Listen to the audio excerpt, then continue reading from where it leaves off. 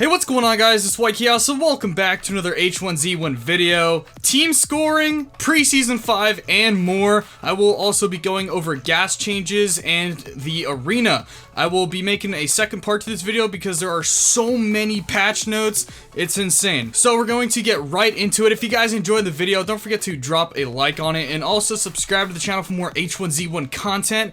Let's get right into the H1Z1 patch notes. Alright, Killer Keemstar coming in hot.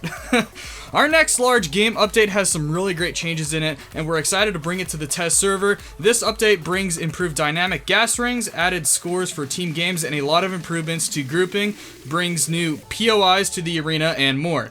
First off, team scoring. Scoring in team games is now ready for testing. Each time you play in duos or fives, you will see a score for you and each of your teammates. Your team score goes up whenever a full team gets eliminated, a team member gets a kill, or a team member gets an assist. Individual kills and assists are tracked and shown at the end of the match for all team members. The badge that becomes part of your top 10 is the total team score and an accumulation of all kills and assists the team got as a whole, as well as the highest position the last person who was alive achieved. Once you have filled out the top 10 scores, it will be placed on the leaderboards for that mode, just like in solos. We will continue to tweak the score system from season to season until it is balanced. Keep an eye out for the more in-depth article regarding team scoring and more features coming in the future. Now, for this new June update, this is the thing I am most excited for, because for me personally, there just isn't much incentive to be playing duos and even fives. I'm a big leaderboards guy, that's why I play solo all the time.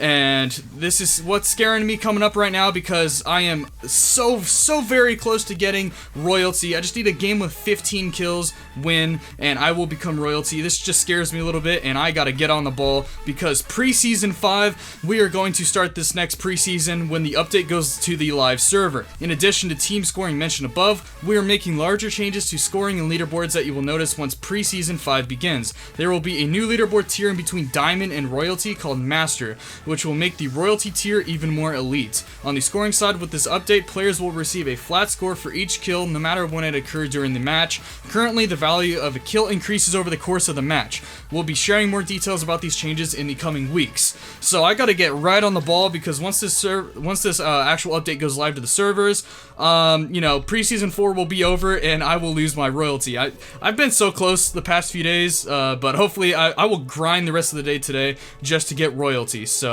hopefully I can actually accomplish that, and that and the new thing that they're adding, where it doesn't matter when in the match, whether it's in the beginning or at the end, each kill is the same amount of points. I really enjoy that. I know my buddy Disturbed Gaming, he will enjoy the hell out of that as well. Now on to gas changes. The biggest change you will notice during your matches on test is how the gas ring system works. We wanted to create a system that is more dynamic and utilize the entire map, so we completely rewrote this from the ground up. You can now expect final rings all over the map, including further to reach locations that are currently rarely visited, like the dam. The spawn system that has also been updated, and it will now take into consideration where the game will end and adjust how far you spawn from there, where the initial ring will appear. The rings will still randomize, now they will just utilize the entire map. So that's pretty wicked. Here's some more information on it. Now that you have some context of the system and a visual to back it up, let's look at some details. The match can now end almost anywhere on the map rather than the middle like it used to.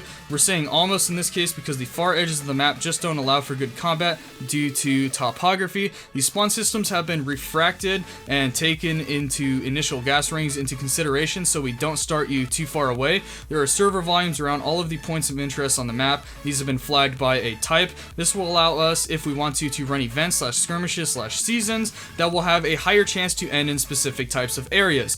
Control is very important to us, and with the new system we gain a ton of it, as it allows us to dynamically change gas wave timing based on remaining players. As always, we love data, and to back it up, we've added a bunch of data hooks. This will allow us to collect more data than ever before in the gas rings, mechanics, and pacing. Randomization is key for us in H1Z1, and while the system has more structure than the old one, it maintains the random feel that you never knew were there during the match where it's going to end. Man, I butchered that one pretty good. Topography is very important when it comes to gameplay, so as mentioned before, there are a few places, mainly on the edge of the map, that have been excluded from the system to increase the overall quality of our end zones. Overall replayability has dramatically increased with this new system. The ability for matches to end in so many new places adds excitement and rejuvenates the map when it comes to gameplay and exploration. We will also be using the test servers to tune the timing for each gas wave with the goal of speeding things up a bit. No specifics to share just yet, but keep an eye on the test as we will be tuning continuously before it goes to live. You've spoken, we've listened. Bombs will no longer spawn in after the top 20 players are left. Thank God!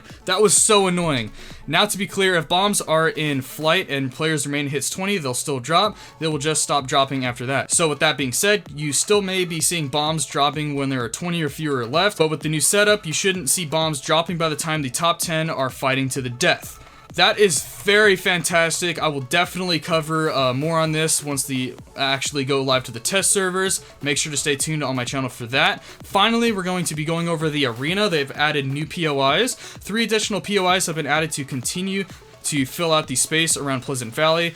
Koi's Car Salvage, nestled up on a large hill just west of Pleasant Valley, located in D6. You will find a large salvage yard dedicated to the collection, dismantling, and shipping of unwanted vehicles. Ponyville Equestrian Estates, I don't even know how to say that, a rustic community for the most hardcore horse enthusiasts, can be found on a large peninsula just west of Cranberry, D7 and D8, country living at its finest. Emerald Hydra, Site 7, east of Cranberry, G8. This repurposed Romero's grocery store was taken over and fortified as a military HQ during the zombie outbreak. Several smaller POIs have been sprinkled in to provide more areas to land and to loot in. The in-game map was modified to improve the accuracy of the gas ring drawn on the map. To make it even clearer, we added text to the HUD that will let you know if you're currently in the safe zone or not. That is awesome. I actually am really excited about that. If you're not really trying to just creep into the edge of the safe zone and worried you are not in the correct location, then the text on the screen will be 100% clear as to your position.